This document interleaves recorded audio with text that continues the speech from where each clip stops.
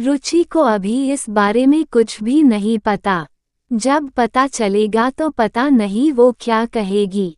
और मेरी जूही, नई नई शादी हुई है उसकी।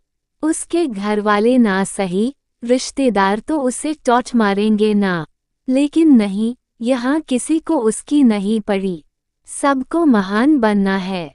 बनो तुम महान। ये कहकर सुनीति जी गुस्से में उठकर वहां से चली गई। दूसरी ओर वसुधा जी और ताईजी रूही और मीरा को समझा रहे थे।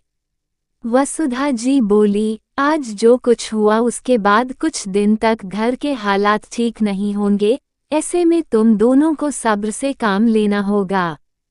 ताईजी बोली, मुझे भी ऐसा ही लगता है। और पता नहीं क्यों मुझे ऐसा लग रहा है जैसे समधन जी मीरा की शादी से खुश नहीं है।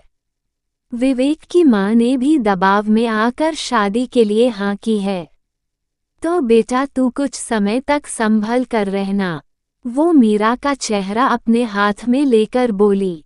मीरा जो कि इस वक्त भी सदमे में ही थी, उसने कोई जवाब नहीं दिया। उसे चुप देखकर ताईजी वसुधा जी की ओर देखने लगी तो वसुधा जी ने पलकें झपकाकर इशारा किया कि वो ठीक हो जाएगी। तभी अभय और विवेक समेत सभी बच्चे वहां आ गए। उन्हें वहां देखकर ताईजी विवेक के पास गई और उससे बोली, मीरा अभी भी सदमे में है। उसका ध्यान रखना, हम तुम्हारे हैं सनम। बात सुनकर सब उनकी ओर हैरानी से देखने लगे। विवेक बोला, क्या? वसुधा जी बोली, हम कभी नहीं चाहते कि हमारे दामाद हमारी बेटियों को खुश रखने के लिए अपना घर छोड़ें। चाहे तुम हो या अभय, हम चाहते हैं कि तुम परिवार को साथ लेकर चलना सीखो। और मुश्किलें किस परिवार में नहीं आती। परिवार के साथ मुश्किल समय भी बीत जाता है, लेकिन दूर जाकर रिश्तों में सिर्फ दूरियां आती है। इसलिए जब तक घर के हालात सामान्य नहीं हो जाते, तुम समझदारी से काम लेना।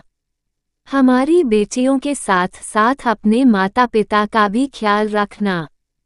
याद रखना कि आज जो कुछ हुआ वो मामूली बात नहीं थी। इसलिए सब कुछ ठीक होने में समय लगेगा। वसुधा जी की बात सुनकर अभय और विवेक एक दूसरे की ओर देखने लगे और बोले, आप ठीक कह रही हो, लेकिन हम यकीन दिलाते हैं कि अपने घर वालों को मना लेंगे और आपको भी शिकायत का कोई मौका नहीं देंगे। उनकी बात पर वसुधा जी मुस्कुरा दी और बोली, चलो अब तुम दोनों जोड़े और रूही के विदाई काले बाहर लाकर जा गए।